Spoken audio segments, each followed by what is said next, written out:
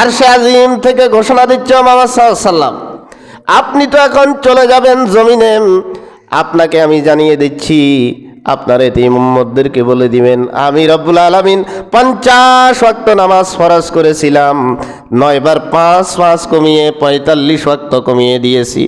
আপনার উম্মত যদি দৈনিক 5 ওয়াক্ত নামাজ পড়তে পারে, আমি আল্লাহ পাক ঘোষণা দিলাম তাদের আমল নামায় কবুলিয়ত 50 ওয়াক্ত নামাজের সওয়াব আমি আল্লাহ লিখে দেব।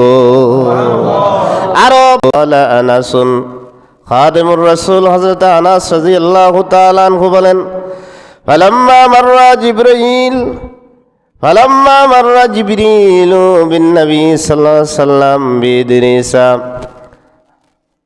হযরত জিবরাইল আলাইহিস সালাম রাসূলুল্লাহকে নিয়ে যখন ইদ্রিস আলাইহিস সালামের সামনে দিয়ে পথ অতিক্রম করলেন, ক্বালা মারহাবান বিন নবী সাল্লাল্লাহু আলাইহি ওয়াসাল্লাম আস-সালিহি ওয়াল আখিস সালিহি।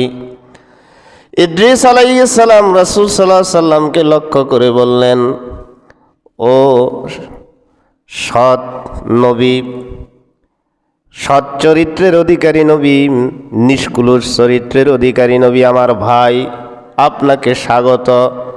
আপনি এসেছেন আল্লাহ পাকের সান্নিধ্যের জন্য, আল্লাহ রাব্বুল আলামিনের সাথে কিছু কথন করার জন্য আপনি এসেছেন। রাসূলুল্লাহ সাল্লাল্লাহু আলাইহি সাল্লাম বলেন, ইদ্রিস আলাইহিস সালাম আমাকে ভাই বলে সম্বোধন করলেন।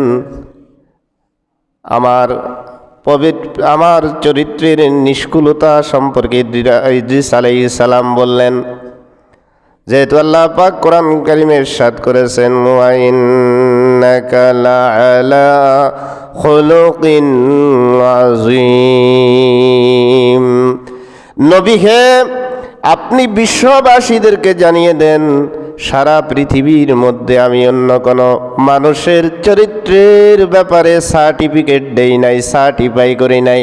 আমি সার্টিফিকেট দিয়ে দিলাম, আমি আল্লাহ রাব্বুল আলামিন আপনাকে নিষ্কুলুষ উত্তম চরিত্রের অধিকারী হিসাবে জগতের মানুষের কাছে পাঠিয়েছি। এত সুন্দর সৎ চরিত্র, এত নেককার মানুষ আমি আর পৃথিবীতে পাঠাই নাই, আপনি নিষ্কুলুষ চরিত্রের অধিকারী। ফাকুলতু মান হাযা, রাসূলুল্লাহ সাল্লাল্লাহু আলাইহি সাল্লাম বললেন, আমি হযরত ইদ্রিস আলাইহিস সালামকে চিনতেছি না। আমি হযরত জিবরাইলকে বললাম, মান হাযা, ও জিবরাইল, ভাই জিবরাইল, এই লোকটাকে।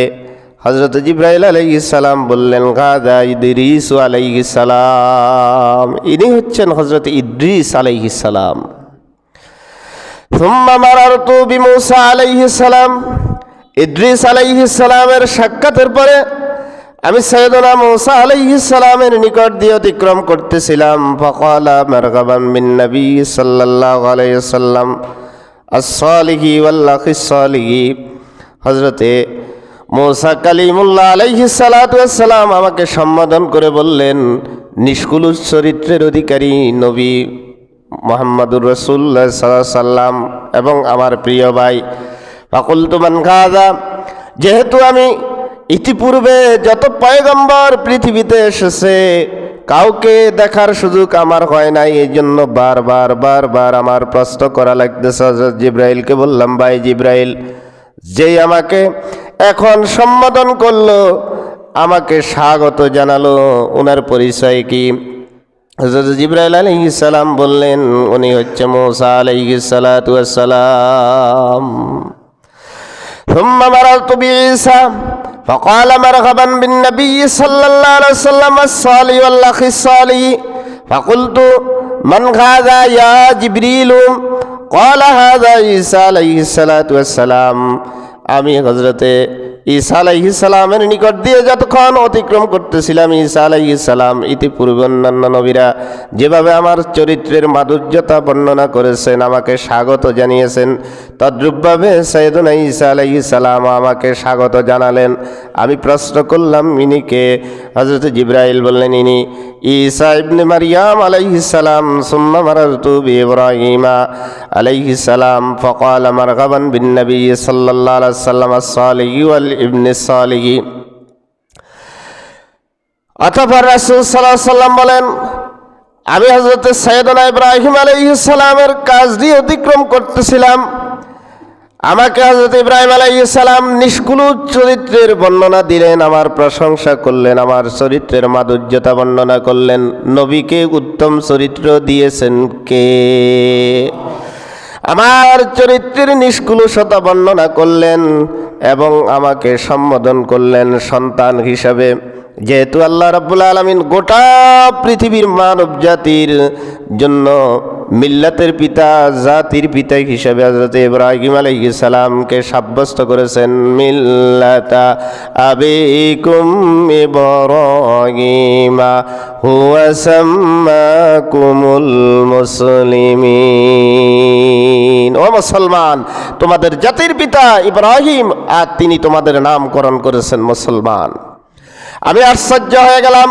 প্রথম আকাশে আমাকে একজনের সন্তান হিসেবে সম্বোধন করলেন, এখন আরেকজন সন্তান হিসেবে আমাকে সম্বোধন করলেন। আমি প্রথম আকাশের জনের পরিচয় পেয়েছিলাম আদম আলাইহিস সালাম। এই আকাশের জন আমাকে যিনি সন্তান হিসেবে আমাকে সম্বোধন করলেন, তার পরিচয় জানার জন্য আমি জিব্রাইলকে প্রশ্ন করলাম, ভাই জিব্রাইল, উনিকে? মান হাযা? কুলতু মান হাযা, ইনিকে? হযরত জিব্রাইল আলাইহিস সালাম বললেন, হাযা ইব্রাহিম আলাইহিস সালাম। ইনি হযরত ইব্রাহিম আলাইহিস সালাম। ইনি কে? হযরত ইব্রাহিম আলাইহিস সালাম। একটু জিকির করি, লা ইলাহা ইল্লাল্লাহ, লা ইলাহা। গরম পানি আছে নি? একটু গরম পানি মিশাই। লা ইলাহা ইল্লাল্লাহ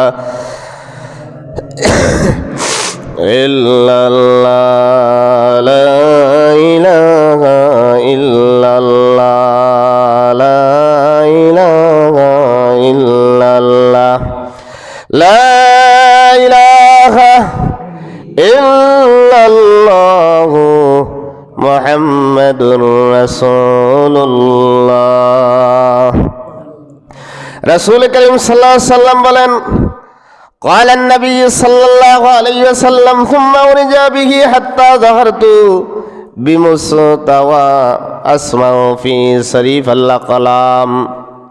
আমি নবীদের সাথে সাক্ষাৎ পর্ব শেষ করে আমাকে এবার উপরে উঠানোর জন্য অনুমতি দেওয়া হলো। হযরত ইবনে হাজার আসকালানী রাহিমাহুল্লাহ বলেন, ইব্রাহিম আলাইহিস সালাতু ওয়াস সালামের সাথে সাক্ষাতের পরে রাসূলুল্লাহ সাল্লাল্লাহু আলাইহি সাল্লাম যখন জিব্রাইলকে নিয়ে উপরের দিকে উঠবেন, জিব্রাইল আমিন আলাইহিস সালাম বললেন, এখান থেকে একচুল পরিমাণ আমার উপরে ওঠার কোনো অনুমতি নেই। আমি যদি একচুল পরিমাণ সামনে অগ্রসর হই, রব্বুল আলামিনের নূরের জ্যোতিতে আমি জিব্রাইল জ্বলে পুড়ে শেষ হয়ে যাব। আমার অনুমতি নাই, আপনি উপরে যেতে হবে। রাসূল করিম সাল্লাল্লাহু আলাইহি সাল্লাম বলেন, আমি একলা উপরে উঠতেছি, আমাকে উঠানো হচ্ছে। আমি সেই সময় কলমের শব্দ শুনলাম, যেন আল্লাহর হুকুমে, আল্লাহ পাকের নির্দেশনায় অনুসারে রব্বুল আলামিন কলমকে কিছু নির্দেশ দিচ্ছেন। কলম মানুষের জীবনের সমস্ত কিছু লিপিবদ্ধ করতেছেন। কিয়ামত পর্যন্ত যত কিছু আসবে সব রব্বুল আলামিন কলমকে অর্ডার দিয়েছেন, কলম লিখে ফেলেছে। আমাদের হায়াত লেখা হয়ে গেছে। আমাদের হায়াত কি হয়ে গেছে? লেখা হয়ে গেছে। قال النبي صلى الله عليه وسلم, নবী করিম সাল্লাল্লাহু আলাইহি ওয়াসাল্লাম অতঃপর বলেন, দীর্ঘ সময় আমার রবের সাথে আমার আলাপ হলো, কথাবার্তা হলো। ফাফারাদাল্লাহু আযজা ওয়া জাল্লা উম্মতি 50 সালাতান। আল্লাহ রাব্বুল আলামিন আমার উম্মতের জন্য 50 ওয়াক্ত, কয় ওয়াক্ত? 50 ওয়াক্ত নামাজ ফরজ করে দিলেন। কয় ওয়াক্ত ফরজ? জোরে কোন, কয় ওয়াক্ত? 50 ওয়াক্ত নামাজ আমার উম্মতের জন্য ফরজ করে দিলেন কে? কে বলতেছেন? রাসূল সাল্লাল্লাহু আলাইহি ওয়াসাল্লাম। ফারাজাতু বিযালিকা হাত্তা মারারতু আলা মূসা। আমি 50 ওয়াক্ত নামাজ নিয়ে আল্লাহর দরবার থেকে আবার রওনা দিলাম। একে একে সকল নবীদের সাথে দেখা। আমার দেখা হয়ে গেল সাইয়েদনা মূসা আলাইহিস সালামের সাথে। মুসা আলাইহিস সালামের সাথে দেখা হয়ে যাওয়ার পরে ফাকালা মা ফারাদাল্লাহু লাকা আলা উম্মাতিকা, হযরত সাইয়েদনা মুসা আলাইহিস সালাম বললেন, ও মুহাম্মদ সাল্লাল্লাহু আলাইহি সাল্লাম, আল্লাহ রাব্বুল আলামিন আপনার উম্মতের জন্য কি ফরজ করে দিয়েছে? আল্লাহ রাব্বুল আলামিন আপনার উম্মতকে কি হাদিয়া দিয়েছে?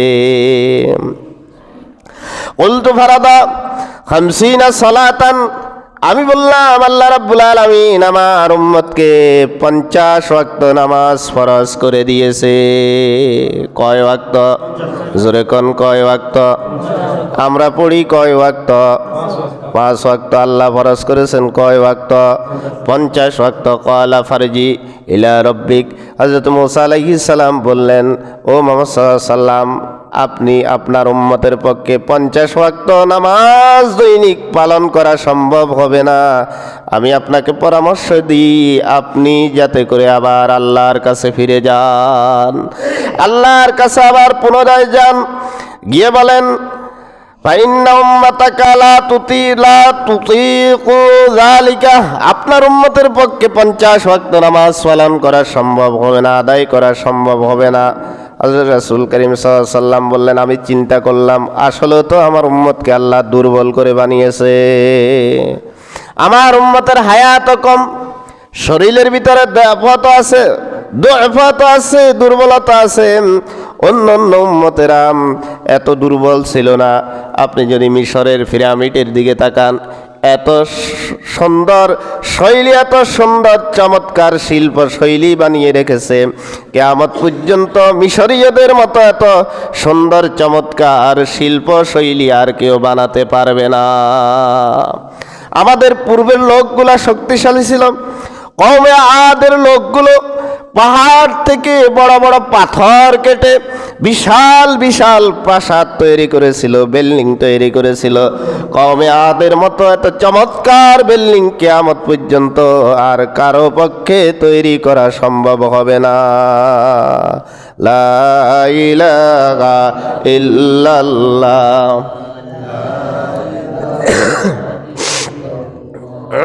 লা ইলাহা ইল্লাল্লাহ, লা ইলাহা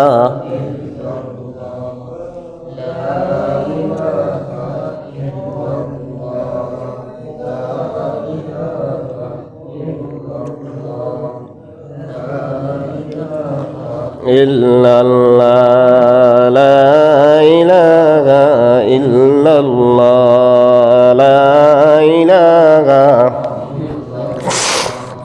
লা ইলাহা ইল্লাল্লাহ, লা ইলাহা, লা ইলাহা, লা ইলাহা ইল্লাল্লাহ, লা ইলাহা, লা ইলাহা ইল্লাল্লাহ, লা ইলাহা ইল্লাল্লাহ মুহাম্মাদুর রাসূলুল্লাহ। ফারাজাতু ফাওয়াদা শারতাহা, ফারাজাতু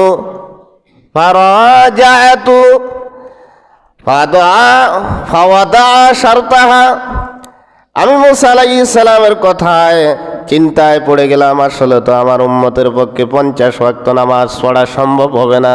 হায়াতও কম, শক্তিও কম, এত কম শক্তি নিয়ে ব্যস্ততা বেশি, কাজও বেশি, আমার উম্মত সম্ভব হবে না। এজন্য আমি আমার রবের কাছে গেলাম, গিয়ে করজোরে নিবেদন আর আবেদন করলাম, আল্লাহ আমার উম্মতের পক্ষে 50 ওয়াক্ত নামাজ পড়া সম্ভব হবে না, আপনি কমায়া দেন।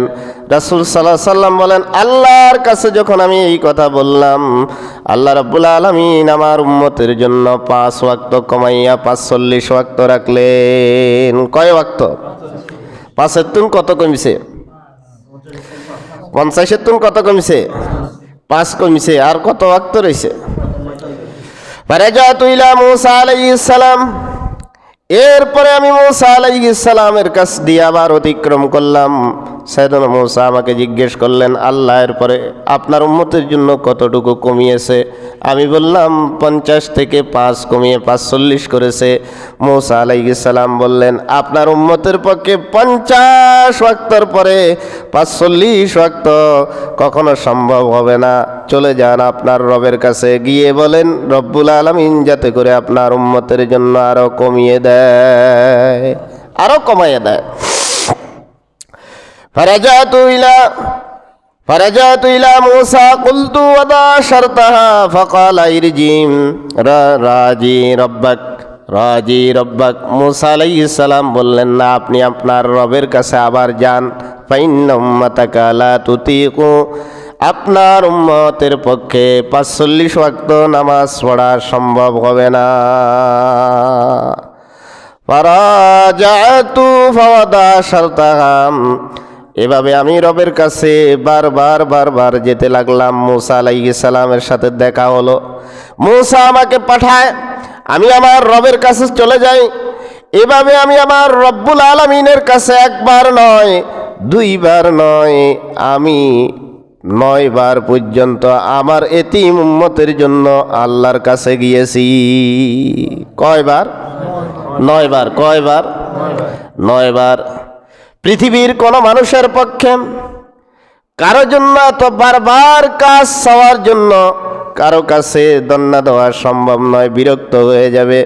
পৃথিবীতে একজন মানুষ ছিলেন যিনি উম্মতের জন্য বারবার তার রবের কাছে চেয়েছেন, ক্ষমা চেয়েছেন, উম্মতের জন্য জান্নাত চেয়েছেন, উম্মতের জন্য ক্ষমা চেয়েছেন। রব্বি হাবলি উম্মতি, আমার উম্মতকে ক্ষমা করে দেন। কে চেয়েছেন? রাসূল সাল্লাল্লাহু আলাইহি সাল্লাম। কার জন্য?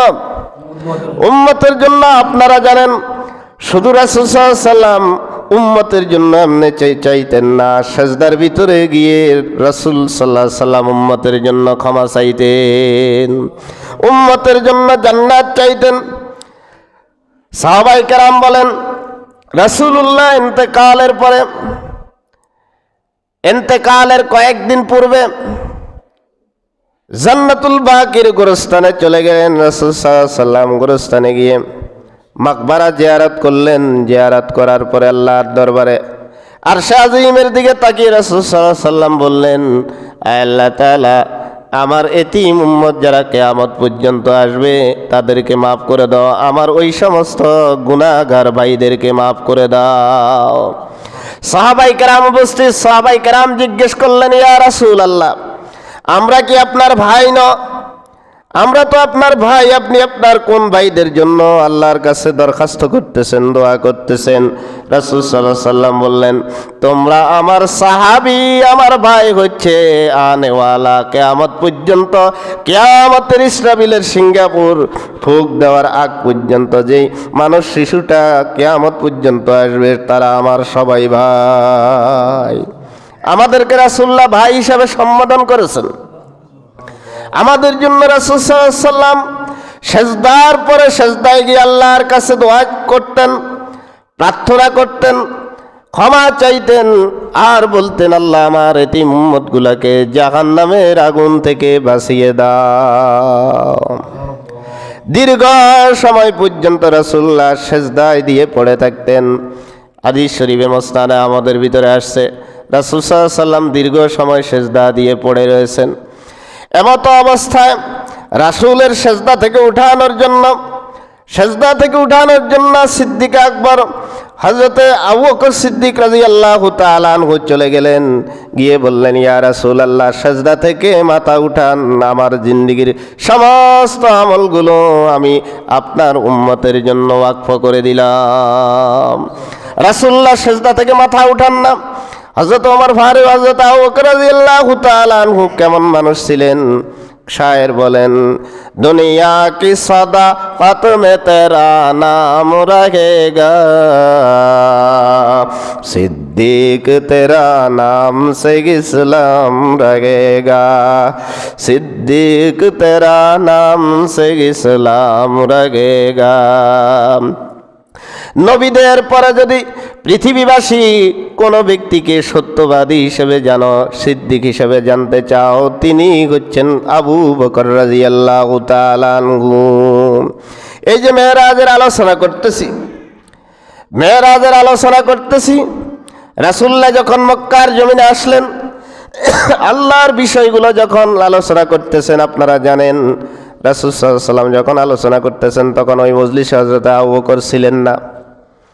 আবু জেহেল শুনে পরে সর্বপ্রথম টার্গেট করলেন হযরত আবু বকর রাদিয়াল্লাহু তাআলা আনহুকে।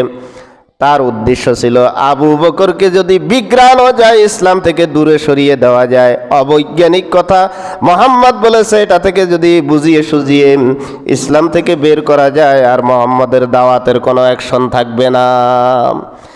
আবু জাহেল চলে গেল, গিয়ে বলল, ইয়া ইবনা আবা কুহাফা, হে আবু কুহাফার সন্তান, তুমি কি শুনেছ নাকি তোমার নবী রাতের কিদাংশ অল্প সময়, সামান্য সময় নিয়ে মক্কার জমিন থেকে আরশে আজিম পর্যন্ত গিয়েছে। তোমার নবী তো আগে জাদুকর বলেছি, পাগল বলেছি, এখন তো তোমার নবী ইন্টারন্যাশনাল মিথ্যাবাদী। নাউজুবিল্লাহ। আবু বকর রাদিয়াল্লাহু তাআলা আনহু বললেন, হে ইয়া আবুল হাকাম, হে আবুল হাকাম, আবু জেহেল, তুমি যেটা বলেছ এটা কি তোমার মুখের কথা নাকি না এটা স্বয়ং তুমি মুহাম্মদ সাল্লাল্লাহু আলাইহি ওয়াসাল্লামের কানে শুনেছ? আবু জেহেল বলে, আমি এইমাত্র তার মজলিসে আমার নিজের কানে শুনে তার মুখ থেকে তোমাকে বলতেছি।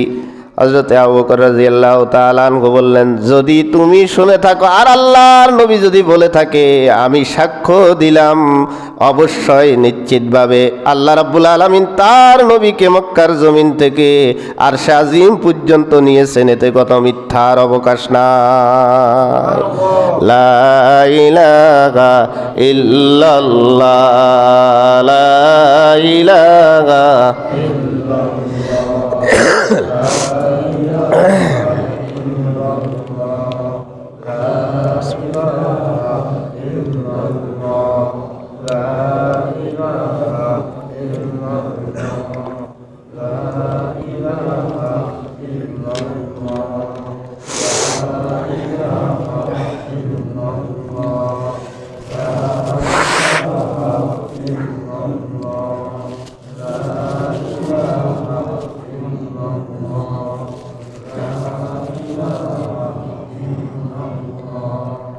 لا إله إلا الله، لا إله إلا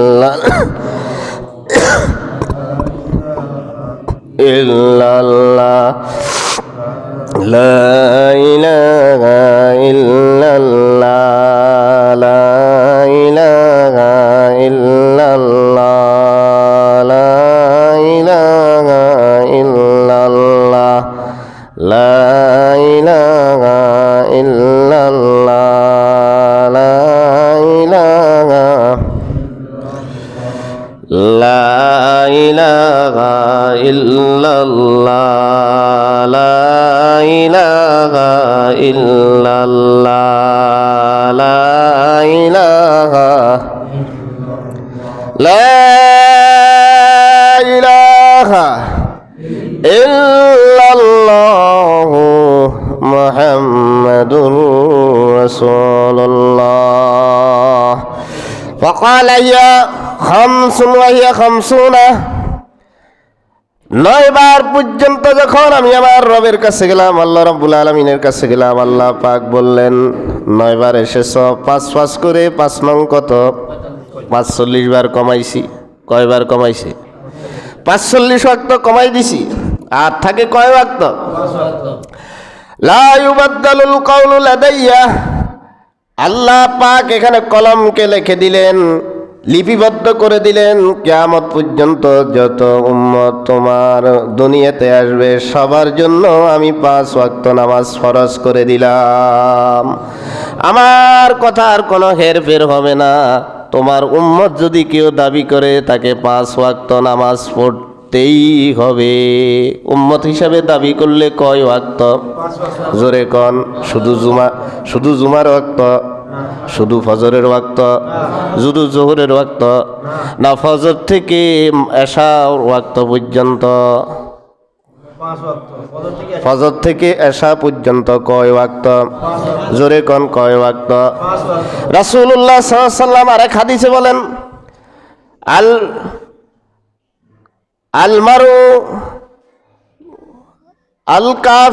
বাইনাল কাফির ওয়াল মারই তারকুস সালাহ। রাসূলুল্লাহ বলেন, কাফের এবং মুসলমানের ভিতরে পার্থক্য হলো নামাজ। যেই নামাজ ছেড়ে দেয় সেই মুসলমান থাকতে পারে না, সেই কাফের হয়ে যায়। মুসলমান কখনো নামাজ ছাড়তে পারে না, আর মুসলমান যদি নামাজ ছাড়ে সে মুসলমান থাকতে সোজা হিসাব। মুসলমান কখনো নামাজ ছাড়তে পারে না, আর যদি মুসলমান দাবি করে নামাজ ছেড়ে দেয় সে মুসলমান হতে পারে না। রাসূলুল্লাহ সাল্লাল্লাহু আলাইহি ওয়াসাল্লামের এক সাহাবী সীমান্ত পাহারা দিচ্ছেন, দেশের মানচিত্র পাহারা দিচ্ছেন। এমত অবস্থায় লক্ষ্য করলেন শত্রু বাহিনীর কেউ নাই, নামাজের মধ্যে দাঁড়িয়ে গেলেন। দাঁড়ানো অবস্থায় দীর্ঘ সূরা তেলাওয়াত করতে আরম্ভ করলেন। শত্রু বাহিনী আত্মবসরে চলে আসলো, এসে পরে উনার গায়ে তীর মারতে লাগলো, নামাজ ছাড়তেছে না। রুকু করার পরে এক রাকাত শেষ করলো। দ্বিতীয় রাকাত যখন দাঁড়াবে, দ্বিতীয় রাকাতে কমপক্ষে আরো 50 থেকে 60টা তীর ওনার শরীরে বিদ্ধ হতে লাগলো। নামাজের ভিতরে এত মজা পেয়েছেন, নামাজ ছাড়তেছে না। তাশাহুদের যাওয়ার আগে আগে রাসূলুল্লাহ সাল্লাল্লাহু আলাইহি ওয়াসাল্লামের কথা স্মরণ হয়ে গেল, যদি আমি নামাজ পড়তে থাকি আমাকে মেরে ফেলবে, এবং আমার সাথীরা যারা পর্যায়ক্রমে পাহারা দিবে তাদেরকেও মেরে ফেলবে। এজন্য নামাজ ছেড়ে দিলেন। আর রাসূলকে বললেন, ও রাসূল সাল্লাল্লাহু আলাইহি ওয়াসাল্লাম, নামাজের মধ্যে এত মজা লাগতেছিল, আপনার নির্দেশ আমার স্মরণ না আসলে পরে আমি জীবন দিয়ে দিতাম, তথাপিও নামাজ ছেড়ে দিতাম না। জীবন দিয়ে দিতাম, নামাজ ছেড়ে দিতাম না। আর আমরা এমন মুসলমান, জুমার দিন আসে অন্য কোনো নামাজের খবর নাই, আছে কি নাই? দাড়ি ফাঁকি গেছে, মৌতের সিগন্যাল দাঁড়িয়ে গেছে, এরপরও নামাজ পড়ে না, আসেনি এরকম কবির? দোকানে বসে থাকে, নামাজ পড়ে না, আসেনি? হুজুরদেরকে দেখলে রাস্তায় পেশাব করবে বসে যায়, নামাজের কথা বলে কিনা হাতরে? কিরে বেড়া, নামাজ তো তোর জান্নাতে নিবে, তোর নামাজ তোর উপকার দিবে, আমার কি? আমার কোনো নামাজ না পড়লে তোরে ফিটবো না, আমারে ফিটবো? কয় না, কথা কয় না। যে পড়েন না তারে কি করিবে? ফিটবে না, হুজুরদেরকে ফিটবে। হেদায়েতের মালিককে? জোরে কোন মালিককে?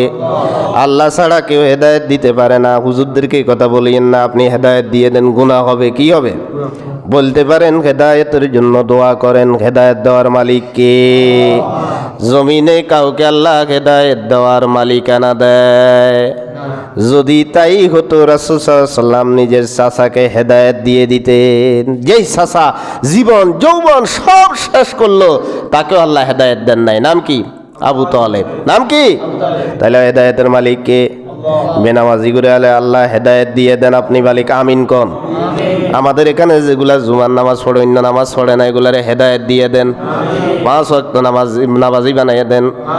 সত্য কথা আগেও বলেছি, এখনো বলি, নামাজ যদি না পড়েন, এটা যদি জানা হয় আমার, আমি যদি উপস্থিত থাকি, আপনার জানাজা আমি পড়াবো না। সোজা কথা, আপনার জানাজা আমি পড়াবো না। বেনামাজি আর কুকুরের ভিতরে কোনো পার্থক্য নাই। ফুকায়ে কেরাম বলেন যে নামাজ পড়ে না, তারে উচিত মানুষের প্লেটে খানা না দিয়ে কুকুরের প্লেটে খানা দেওয়া। কারণ একটা কুকুর বেনামাজি, একটা কুকুর আল্লাহর জাহান্নামে যাবে না, কুকুরের কোনো শাস্তি হবে না, কুকুর থেকেও সেই অদম। নামাজ পড়ে না যে কি কুত্তা তুনো কি জোরে এখন কি ইচ্ছা কুত্তা আসেনি? আল্লাহ এগুলোর মানুষ বানাই দেন, আমিন কোন? তাহলে কয় ওয়াক্ত? জোরে কোন কয় ওয়াক্ত? ফারাজাতু ইলা মূসা আলাইহিস সালাম ফাকালা রাজি রব্বাক। হযরত মূসা আলাইহিস সালামের কাজ দিয়ে আমি আসতেছি। মূসা আলাইহিস সালাম আমাকে বললেন, এখন কয় ওয়াক্ত রাখছে? আপনার পরামর্শ অনুসারে 9 বার গেছি, 9 বারে 5 নং 45 ওয়াক্ত ক্যান্সেল, মাফ করে দিয়েছেন, 5 ওয়াক্ত রাখছে। মুসা আলাইহিস সালাম কয় আপনার উম্মত এটাও পারবে না, আরেকবার যান। আরেকবার কি করেন? যান। এখান দিয়ে আল্লাহ কয় ওয়াক্ত করি বলে দিছে? আল্লাহ বলেই দিছে 5 ওয়াক্তের আর কম হবে না। ফাকুলতু ইস্তাহিয়াইতু মির রাব্বি, হযরত রাসূল সাল্লাল্লাহু আলাইহি সাল্লাম বলেন 9 বার গেছি আল্লাহ পাকের কাছে অনুনয় বিনয় ছোট হয়ে আমার উম্মতের জন্য নামাজ কমিয়ে এনেছি। এখন 10 বারে যাওয়ার সময় আমার লজ্জা লাগতেছে, আমি শরমে পড়িয়া যাই নাই। আল্লাহ কি না কি বলে, যেহেতু আল্লাহ পাক 5 ওয়াক্ত আল্লাহ রাব্বুল আলামিন রেখে দিয়েছেন, এজন্য আমি লজ্জায় পড়ে আল্লাহর কাছে যাই নাই।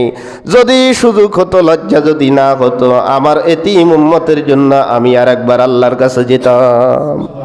লজ্জা যদি না হতো, আমি আমার আল্লাহর কাছে আরেকবার গিয়ে কিছু কমিয়ে আনতাম। সুবহানাল্লাহ।